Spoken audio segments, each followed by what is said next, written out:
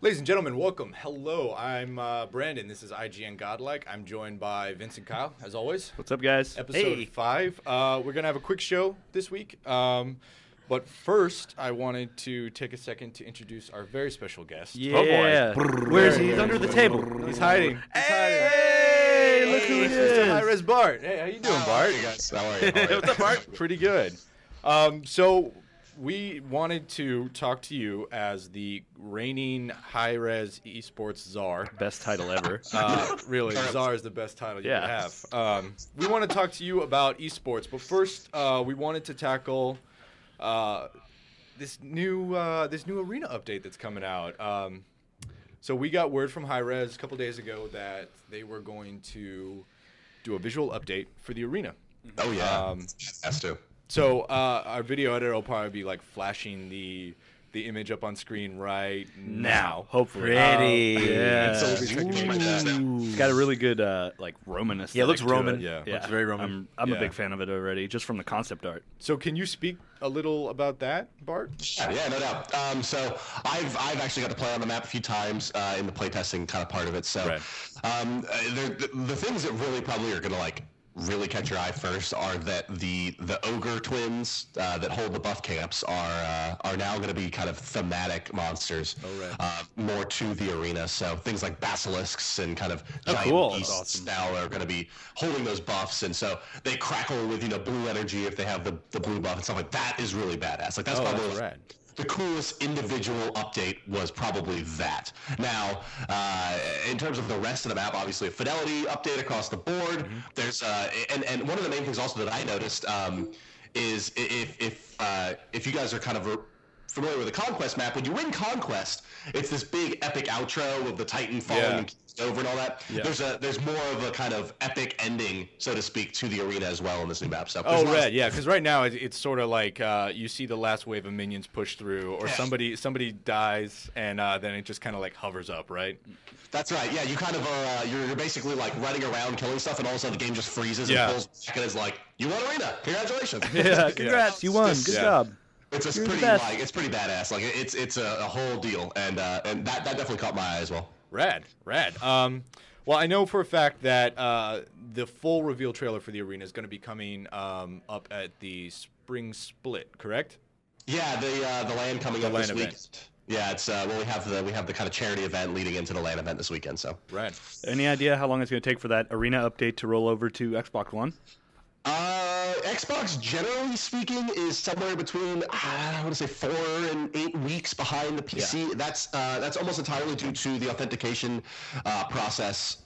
Basically, you have to like make sure that the build isn't going to explode the Xbox. It has to be certified on both RN and Microsoft. So that's basic. So usually, probably within the next summer. I would expect that would be a pretty decent time frame. It's end of April now, maybe early July, late June, somewhere in there at the latest. Rad. I know you probably can't say, but do you have like an idea when it might be hitting PC? I would guess if we're teasing it now that it's going to be not in this upcoming Alpouche patch, which we're going to be doing the patch notes for this week. But probably the following one would be my guess was when the new arena would ship. If not that one, then the next one. So again, early summer probably at the latest. Rad. Yeah, I'm looking forward to it. I miss the old arena, man. Like, I love the new one. I love the new arena with the minions. I don't know if you guys were playing No, I before. didn't. The old arena used to be like, it was daytime. It was just this massive open area. There wasn't nearly as much objective to it. It was really just like deathmatch. And then they changed it to what was it? It's nighttime now, and then now you have the minions and the towers and all that. So I'm curious to see if it's going to be going back to the day, if they're going to have a day-night cycle. And I know I can't really dig too deep on that, but we're gonna have a news story going up. Actually, this video might be embedded in it, so check that out on IGN. And Thanks for checking it out. Yeah, there we go. Be sure to check out Hi-Rez Bart on Smite Game on Twitch, right? That's where you can check me out a lot of places. Yeah, so doing all of the commentary for the Pro League coming up. Again, Split 2 gets underway, and as we finish out this LAN, so I did many years of casual streaming and yelling at people wearing hats, but now I remember you were like one of the first faces I saw in Smite back in like 2013. I was like, who's this guy wearing a sombrero and aviators? It's funny now that apparently like that whole thing of like wearing silly hats, it was kind of like me doing it and Cobalt Streak over from Binding of Isaac, like those, and then like now it's like a thing. We were doing a Smite stream, and Kyle walks in the room with like a bunch of hats, and I didn't even know it was a thing for Smite. He walks in with like a helmet from a full suit of armor and like a luchador mask, and I was like, all right. Oh, okay, cool. It works. Yeah. So I used to do a bunch of that. Now that the esports thing has really become a much more involved, multi-man, multi-day process. It takes up way more of my broadcasting time to do that, but we do still operate the Smite Game channel for casual streaming, obviously. Yeah, I mean. We're going to get into the spring LAN event, but first I want to talk about esports in general. I mean, you seem like really the kind of guy. You seem like the kind of guy to talk about what you can get out of esports. Because I'll be honest, like when I joined Smite, like I wasn't interested at all in esports. Right. And that's not a slight against the guys that do it. They just play at such a high level. I was like, I'm never ever going to get there. But I always feel like really good casters. Really make esports for me. Like if they're really good, they're really entertaining, and they can really explain what's going on simply and fast enough to where I don't lose track of what's actually happening. I feel like that makes or breaks esports for me. Sure, absolutely. Yeah. In a lot of ways, that makes or breaks a game for me. I mean, if there's nowhere I can watch on Twitch where intelligent people are talking about how a game is played at a high level, the game probably isn't going to interest me. Yeah, like if the game doesn't have those kinds of legs, it doesn't have that kind of a skill ceiling, then not that I'm going to be hitting that skill ceiling. But the way I engage with a game is I want to see all that richness, and that's what excites me. So if there's nowhere I can point to go to hear people talking about it like that and see people playing it like that, then the game inherently just becomes less interesting to me. Right, because you sort of crave that technical aspect. Yep. Well, yeah. So I mean, Bart, do you want to speak a little bit about what users can get out of what players can get out of esports? Sure. The Smite structure of esports, because before I really started getting into the events and all that, like you guys, I had no idea what the structure even was. Like, apparently you have 3 seasons in a season. Like, can you speak to that? Nested seasons, dude. It's the coolest new thing on the streets. So I guess we have to, if we're going to talk about why esports are important, I guess, around learning the game, it seems to be the kind of the core of the question here. Right. For me, it all kind of goes back to this general concept about what esports is, which this was a piece of advice that Russell Pfister, the guy that owned and operated NASL for many years before they went under, kind of was talking about. And this was specifically about tribes, but it makes sense here. Is that the thing that really makes a game have a potential esport presence is that there's a large enough gap between what a professional player is and a very good casual player. Yeah. And without a large enough gap there's really no reason to have this kind of esports. So that in and of itself, it kind of lends into the idea of why would it be good to know about it if you're trying to get better at the game, right? It's basically that there should be things happening that you can't even conceive of because they're so much better than you. Like, I never even thought to buy that item because of this interaction with this other god that did this thing. Yeah. So like, that's kind of like the base of it, right? Is like, you just learn more about the width of the mechanics in the game by seeing other people do them, and hopefully the commentators are pointing that out in a way that's meaningful.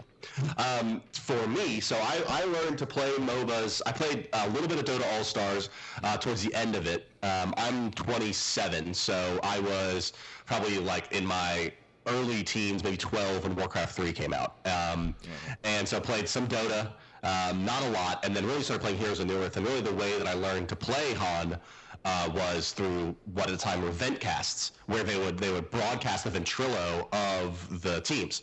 And that was like the way to learn. It was like, you hear what they say about the game. Yeah. Right? You're thinking like, oh, we need to go to the left lane now because we just did this thing in the mid lane. And you listen to a pro player talk about it, right? And they're like, oh, well, they've already used all their teleport scrolls. They don't have any more rewards to put out. Let's actually do this instead, because they're doing things like keeping track of resources and respawn timers and all this other crazy stuff that you as a casual player maybe wouldn't even think about. So those are like the groundwork pieces for why esports is important, I think. Now, to kind of continue that along into more of the production aspect of like watching a produced esports event and how that's important to help you learn. That I think goes back to what you guys were kind of saying about your own empirical experiences with esports, which is, it's an intelligent conversation between hopefully two people that know quite a bit about the game, right? Kind of breaking down why these things are happening. And as a commentator, my job is to set up and build the tension for you, and then tell you what happened. So my job is to tell you, Odin's running away from Bakasura. His leap's up in 2 seconds. It's up in 1 second. Is he going to make it? He did or he didn't. And then, well, did he? You were pretty hyped there, right? Yeah, I got really into that. No, I want to hear more about Odin. The whole game. Why is it important now that Odin has died? Or didn't die? What can they do now? Why does that matter? And help kind of build those blocks of knowledge, which a MOBA is ultimately about, is how much do you know about the game and how well can you predict what they're trying to do? Yeah. And at the end of the day, the thing that's, I think, maybe even the ultimate MOBA kind of experience is that it's like chess, in that you can, not so much in that how the strategic depth of the game, but more that the real beauty of MOBA is the decision-making that happens in the first 5 minutes impacts the gameplay in the next 30. Right, so you can make these choices, you can go for these builds, you can build these items that try to accomplish a specific goal, whether it's objective play or ganks or team fighting. Yeah. And then you can see that play out, and you can paint that picture of what the two teams were trying to do and how they exerted their wills against each other. And that helps you kind of formulate, I think, again, like the casual aspect of how do I get better at the game. It's, well, they don't actually just think about what's going to make me do 800 damage per hit. They're thinking about, well, is it penetration versus damage versus attack speed that's going to really be the thing that takes me over the edge. So the complexity of the game definitely comes out through professional play. Oh, yeah. Like, being able to show the disparity in skill cap, especially a really high-level skill cap, is what I always found super compelling with esports or any sort of professional gameplay. Mm-hmm. You know, from like watching Halo when I was really young to like when I did WoW arenas to League of Legends and any other competitive game, like, and even Mortal Kombat X now, like seeing really good players, I'm like, oh wow, I didn't even consider doing that. I didn't even think that was possible to execute. Mm-hmm. And then seeing it get done, you're like, well, okay, I guess I've got something to strive for now. I'll never be that good. Yeah, I mean, I 100% agree with you. I think watching esports in general, it's not just learning things; it's learning new ways of thinking about things, right? Yeah, exactly. It's like I watched some of the Challenger Cup the other day, and one of the commentators was talking about penetration, magical penetration in particular, and I didn't know like the order in which magical defense is removed versus magical penetration is actually flat pen versus percentage. And so I spent like an hour and a half just reading about penetration online. Yeah, well, that's one hell of a so many jokes. That's one hell of a soundbite. I just spent so much time reading about penetration. Magical penetration. Oh my god! But it's so true though. I mean, like it's about opening up doors, right? Because like I always, coming from the fighting game side of things, what I always try to explain to people, I'm like, you think you're playing Street Fighter, and it's fine. There's nothing wrong with the way you're playing it, but you're not having as much fun as you could be having because there's all these doors. They're not only closed to you, you don't even know they're there. Yeah, Mm-hmm. You know what I mean? It's like I compare it to like, what if you played Super Mario Brothers and no one told you there was a run button? What if you just didn't know there was a button that made you run and shoot fireballs? That guy would be a bit of a jerk. Right, that guy would be a bit of a jerk. yeah. But also, you'd be missing half the game, and that's the thing, is that when players who are smart but don't necessarily know what they're looking for don't know that those doors are there, they're going to get burnt out and bored of the game because they're not going to know what's possible. When they see really good pro play happening and they have, like you said, commentators surfacing those things in meaningful ways, then all of a sudden they realize there's so much more for them to explore and so much more fun for them to have. Well, especially in games like this where there's that skill cap, that high, like the high skill cap. And especially when you have a specific play style, like every game I play, I'm hyper aggressive. I want to burst you down. I want to be in your face the whole time. And then I remember just referring back to WoW Arena, like I played a mage, and I'd always play a mage, and I would, when I first started doing competitive PvP, I was like, oh yeah, I want to be fire. I want to be in their face. I want to scare them. And then I started watching people play frost mages, which is the whole completely different like way. And then it's like, whoa, wow, that's a whole type of play style I would never even consider because it's not something I organically go to, which is why having these professional players on esports and streaming and competitive events, it's just like it reveals, like you said, all these doors you don't even know are there. Yeah. Yeah, I love the fighting game analogy. Because I'm pretty savvy to that scene as well. It's very much like the difference between understanding like frame data in a fighting game and what that means, right? That's really the realm of the professional player, is like frame information and frame trapping and why certain things will link and other things won't, and gatlining and all these crazy mechanics. And then there's like this kind of mechanic that's approachable more on the casual side, which is prorating of hits, right? Sure. Where a jab into a fierce does less damage than just a meaty fierce, right? Yeah. And so it's like that's something that you can take from watching professionals play. And if the commentators are good, you're like, oh, so I should quit jabbing 4 times before I use my ultra. Right. Maybe you'll never get to the point where you're like, okay, well, Soul Bad Guy's punch is a 2-frame punch that links into a low kick.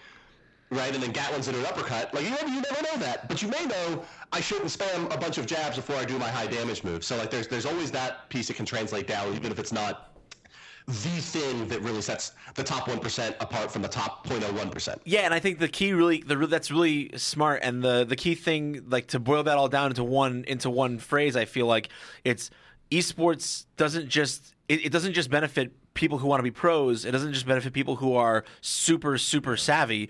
It can benefit everybody, no matter who you are, no matter what level you want to play at. There's exactly more. You can find more fun. Yeah, like whatever level you're at, you can find more fun behind that hidden door. If you follow that scene. Yeah, I mean, absolutely. I think it's like we were all just saying, just to reiterate, I think everyone, wants to be good at what they do, right? Everyone wants to be good at the games they play. You want to be good at MKX, and, I've seen the passion that you guys throw into it when you're screaming at each other. Passion. Yeah. So you mean rage when one of us loses? I think that whirlwind's a little long, to be fair. Yeah, I just want to say, I feel the fan's pretty powerful. Oh, God, we're back to the fan, not the fan. Kyle and Vince have a thing about Molina right now. Katana. Now, did you guys watch the ESL event for Mortal Kombat that they did last weekend? Oh, yeah? I watched some of the clip outs, yeah. Yep. Where it was like, just command grabs all day. Oh, I love it. I love the stuff that CD Jr. is coming up with already. Just like watching all the pros, Tom Brady, just watching them even on their Twitch streams. Tom Brady? Yeah, as a pro. I know. It's a pro football player. It confuses everybody. It's pretty good. But, just watching the pros is such a pleasure. You learn things so fast. Yeah. I mean, but, everyone wants to be good at the game that they play, and I think watching the esports scene, like whatever your flavor is, right? Watching it at the highest level of competition is really the best way, to not to like emulate and mimic, but like to understand, right? Because me, I can learn how to do something, but until I understand why I'm doing it the way I'm doing it, it's very, very hard for me to sort of wrap my head around. So I mean, where can people check out esports? I mean, Smite esports is huge. It's blowing up, and as the Czar of that, you are probably best equipped to let everyone know when they can watch. The LAN event aside, like when. Yeah. Tell them how to get into the Smite's esports scene. Sure. So the best way in. There's the /Smite Game Twitch channel, which is where all of our official esports broadcasts will be. The broadcast dates, it looks like, for the next split are going to also be Thursday, Saturday, Sunday. Okay. Generally speaking, the broadcasts on Thursday are going to be around 4 or 5 p.m. Eastern Standard, or maybe even a little bit later, kind of. So after school for West Coast, early evening for East Coast, and kind of late evening for UK, Western Europe.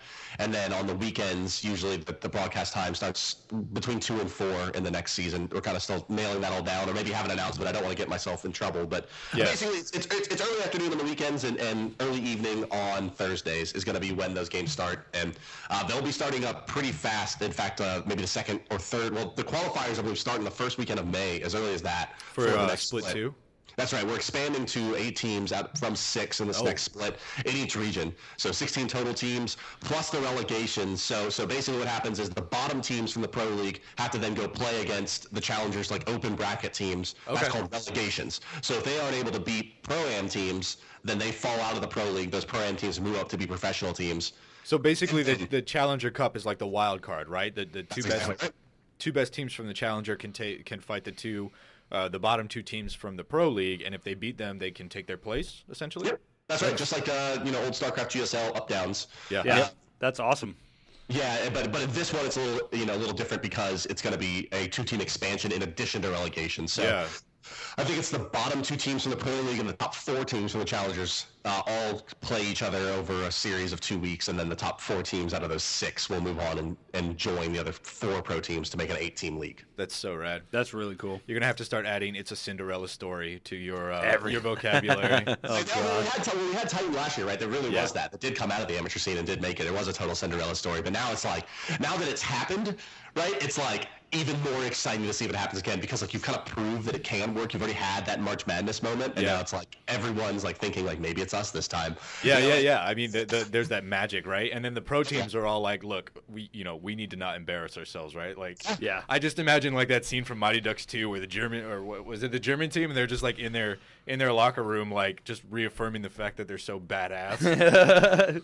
We're good. We are pros. We are pros. It's like that. Daredevil has the kid from Mighty Ducks in it. Oh yeah, that's right. Oh, that's right. That's where he's from, huh?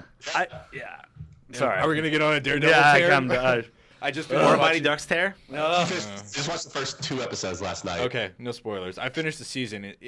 Easily my favorite, but quack. Quack. No. Quack. No. Flying V. Okay.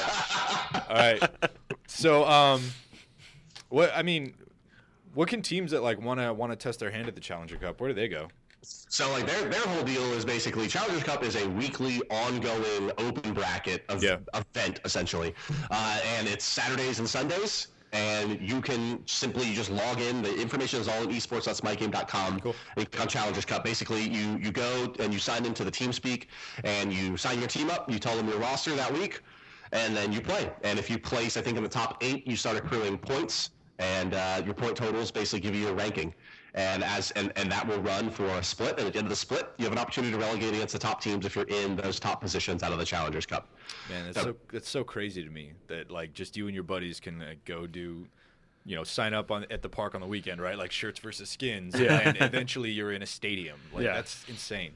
Yeah, I mean, I'm sure there's a lot more to it than that, but And shirts versus Lakers. It feels a lot like when like online poker was first becoming a thing. That same kind of just kinetic, just excitement, right? It was like, okay, I can win a buy-in to a buy-in to a buy-in to a buy-in and end up in Monaco. Right.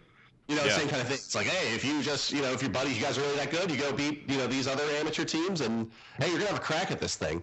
Yeah. And 0 to hero. A lot of money. So why not? Yeah, why not? Indeed. I mean, cool. Well, I know, in that same vein, you guys are finishing up the season strong, as you do. Strong Bart. You guys are having a LAN event starting this week, right? So it's like it's a little bit of madness, as things normally are at Hi-Rez. For those of you that have known anything about this company for the last few years, and we kind of talked about me streaming and what that was like. So there's a lot of CEO coming in and pieing me and throwing silly straight. So we're a very oddball kind of company. So we've actually decided that we've built now what will now be the 3rd studio that we've built. This one is actually like an eSports arena though. So we've this new building, and we have this gigantic space that's got a couple sets in it and this whole arena deal, and it's a whole other studio once again. And basically, we're gonna run events here, but this one's gonna be a little bit more like maybe like a home story cup or something like that, right? It's a little bit more of an intimate setting. Yeah. By the nature of what it is, what the space is like. So Thursday and Friday of this week are gonna be this charity event called the Spring Fling, where all the players are gonna be there, and it's gonna be very much of a kind of behind the scenes, just look at them as personalities. So these are gonna be things like mix up 3v3 games and 1v1s and egg tosses and dunk tanks and more of like a carnival feel almost with donation incentives. That's basically the deal for these next 2 days. So you guys are just going to be messing around. Yeah, totally. Like Family Feud and like 70s game shows and egg tosses and like that kind of stuff. And and that's all going to be hosted online, right? So the whole thing's on Twitch, on Smite Game, and we're raising money for the American Red Cross. I'm sorry, actually no, it's the American Cancer Society this time around. One of our QA engineers, unfortunately, did lose a long battle with cancer in the last few months. So sorry to hear. He was really well loved, and kind of in his honor, we're holding this charity event, and it does benefit the American Cancer Society. So that's awesome. Shouts to Bob. He was a great guy, and we miss him, but. Yeah. We're gonna have some fun in his honor, and then raise some money for a good cause, and then that'll roll into a LAN event on Saturday and Sunday, and that is the top 2 teams from Europe and the top 2 teams from North America duking it out for some cash. But really, the prize for this split is the winner of this LAN goes to Brazil to play against the top LATAM and Brazilian teams a little bit later in the summer. So. Oh, cool. Yeah, it's pretty sweet. I mean, like really, it's the travel that's pretty enticing, I think, to the guys. Yeah. It was nice to play for 50 G's or whatever it is, but yeah, a chance to go to Brazil and someone else's dive is pretty sweet too. Yeah, I mean, $50,000 ain't nothing to shake a stick at, but I heard Brazil's nice as well. So, oh shucks, I'll take one or the other. Yeah, I guess so. Do you want to talk about the teams? What's that?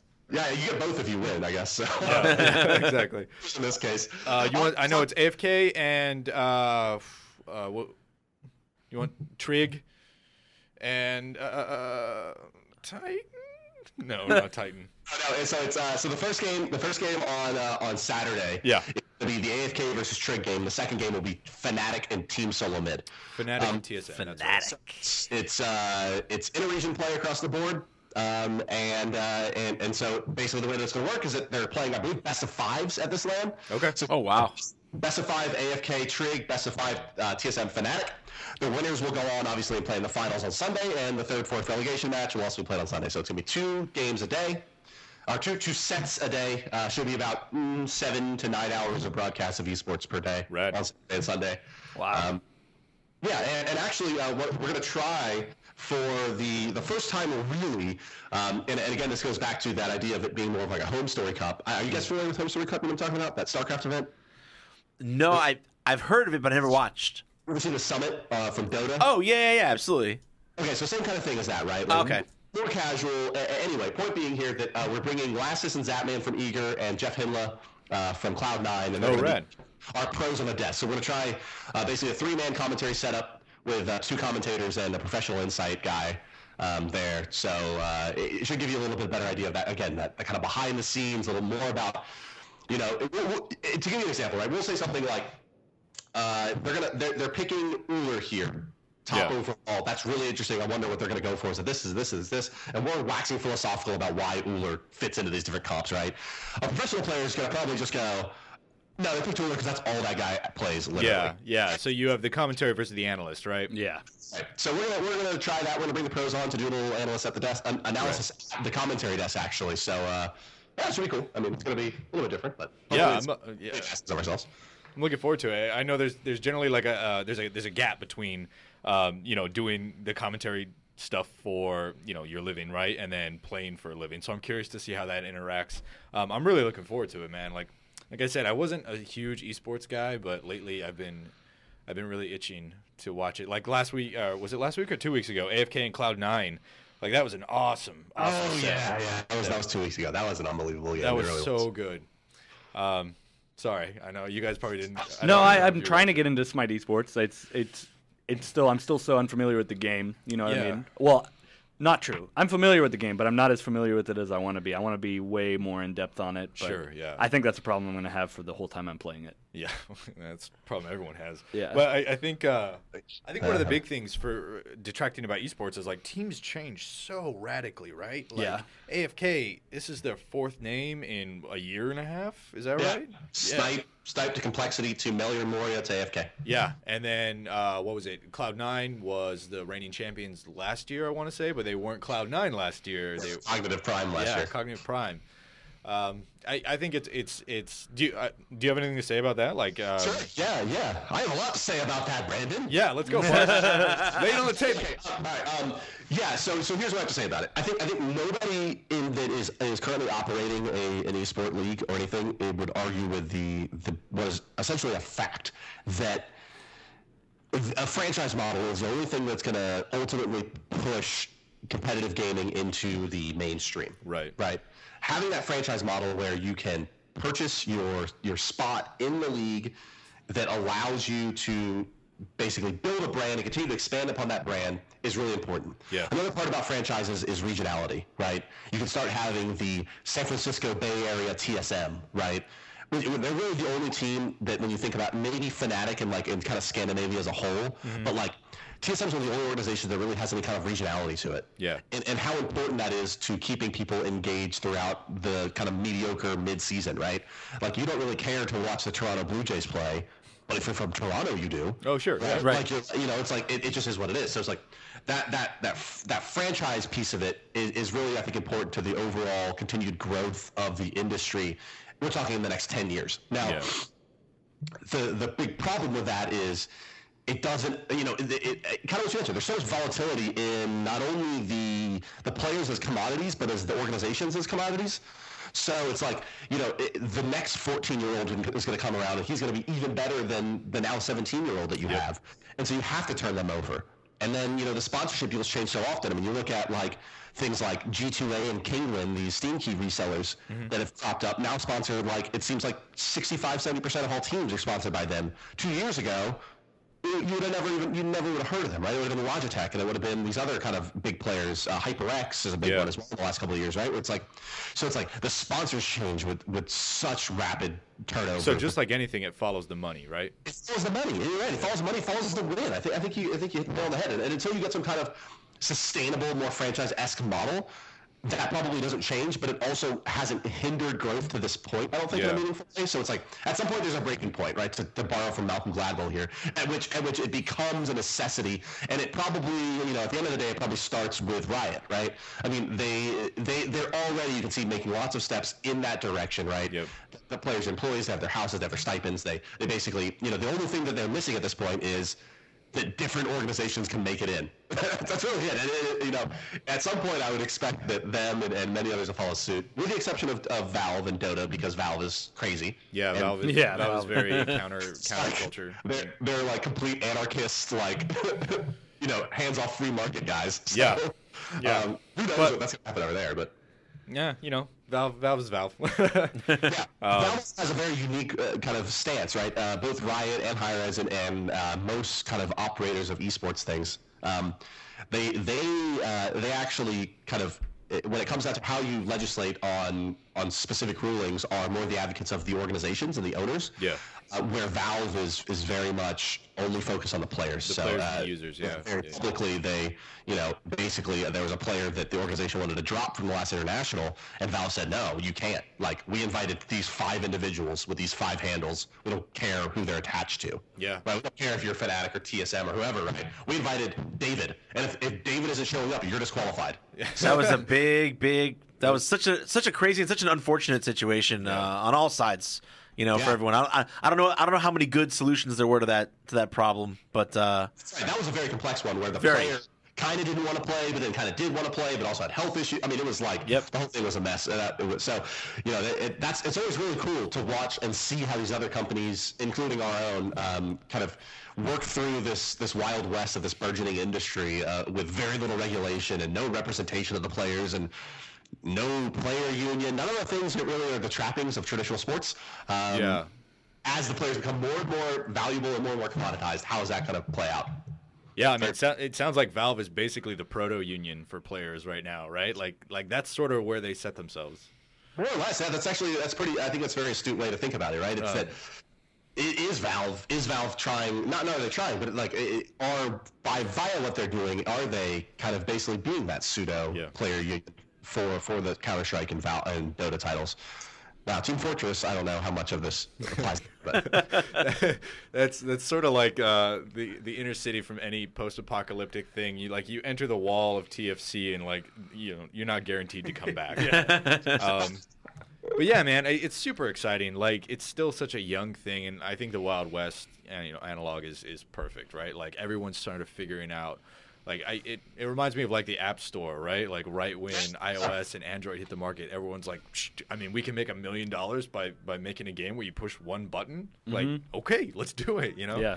So I'm really curious to see kind of how this goes and where it goes. But first step of that is, of course, the Smite Spring event land. If you want to plug that one more time, we're running out of time. We got to get out of here. I think there's an anime show coming in here, getting ready to tape. So anime. Mark, start your plugs. I gotta say that's the best segue I've ever heard.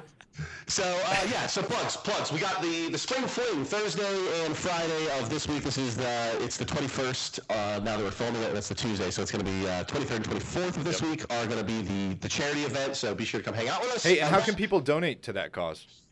The donations are being driven through. Let's see. Let me pull up the page so I can be very, very accurate here. Yeah. So you can find the information on our esports page at esports.smitegames.com/springfling. Again, it's American Cancer Society, and it's being operated by Crowd-Rise. Crowd, CROWDRISE, and you can donate there at crowdrise.com/SPLspring. And we've raised to date, before even starting anything, it looks like about $300 has already been raised. So. Oh, right. Yeah, that's cool. So we're very excited about that. And obviously we're going to, and so another thing, we're going to do a little bit of the AGDQ style kind of donation incentivization for naming teams. We're going to read out your donations and everything. So looking pretty forward to doing all that. And then we have the LAN event coming Saturday and Sunday, which will be the top 4 teams across the world right now competing for a chance to go play against the Brazilian and Latin American teams, as well as a nice prize pool. So definitely come check that out. Twitch.tv/SmiteGame. And yes, that's it. Man, that was good. That was good. That's one of the better plugs I've heard. Used everything right down the list. God, I didn't even give you my Twitter. I was actually just going to segue into, hey, Bart, where can people find you personally? Find me personally? Okay, so you can find me at Hi-Rez Bart on Twitter. You can find me at Hi-Rez Bart on basically anything that you ever wanted to find me on. So about.me, in-game, in other games, Skype. It's pretty much all Hi-Rez Bart. So cool. Yeah, have at you then. All right. Well, Kyle, you want to kick us off with the question, or let's do handles. Handles. Well, you can find me at Kyle that Kyle. Yeah, on everything as well. Everything. Yeah, even if you just run outside and yell it, I'll show up. It's true. Yeah, it's happened before. It is. Yeah. I'm on Twitter at Brandon Tyrell. Yeah, it's my name. I'm at Twitter at Vincognito. That's VINCOGNEATO. And you can hear me rambling about fighting games these days about Mortal Kombat. Yeah. And being mad at Kyle. And the whirlwind. And every show we give out an Ultimate God Pack. Ooh. So, yeah. What's the question this week? It actually came from Vince. Yeah. I thought it was good. Do you want to say it? Sure. So we want to know, which role do you have the toughest time playing? Not which is you think is the least powerful role or overall, or which role do you personally struggle with wrapping your brain around? Because for me, it's hunters. I come from a support background in Dota, so I'm a straight support. But since I'm still in the stage where I'm learning Smite, I want to play everything. So I was 2 weekends ago. I was just nothing but hunters, and man, I was having a rough time wrapping my brain around that. It's tough. Bart, you want to take a quick crack at that for a chance to win a Ultimate God Pack? Yeah, do I? For me, it's supports in the laning phase. I have a hard time. I'm pretty good at decision making outside the laning phase, but in the laning phase, especially in the new meta, right? Like, do you in the new meta? Like, do you leave? Do you go back? Like, when do you leave for the 3-minute harpies? Right? So. Yeah, it's definitely. I mean, even before the changes to leashing and all that, it's always just kind of like this trade-off of how much damage you need to take to soak up to get your hunter ahead versus, and it's always been very challenging for me to do it right. But I usually am able to make it up through the mid-game. But yeah, that for me has been the challenge, has been laning phase supports. Yeah. I'm right there too. Like I tried to support the other day, and I let everyone down. I'm more of the sexier roles, right? Like the mage, the ADC, the jungle. Glory roles. I love the jungle. Everybody wants to be the guy. Yeah, everyone wants to be the one to rule the world. You want to take a quick crack? We got to wrap up. Support. Yep, just has to be it. Cool. Well, hey, Bart, thank you so much for joining us, man. I know you're feeling under the weather, but I appreciate it. It was a good time. It's a beautiful thing. very much. Hopefully we have you on again sometime in the near future. And definitely good luck this weekend. I know it's going to be a lot going on. So crush it. Thanks for having me. Our pleasure, man. Yeah. Thanks again, man. Bye. Ladies and gentlemen, thank you for tuning in to IGN Godlike, episode 5. I think we hit everything. So from now, for everyone here, thanks again.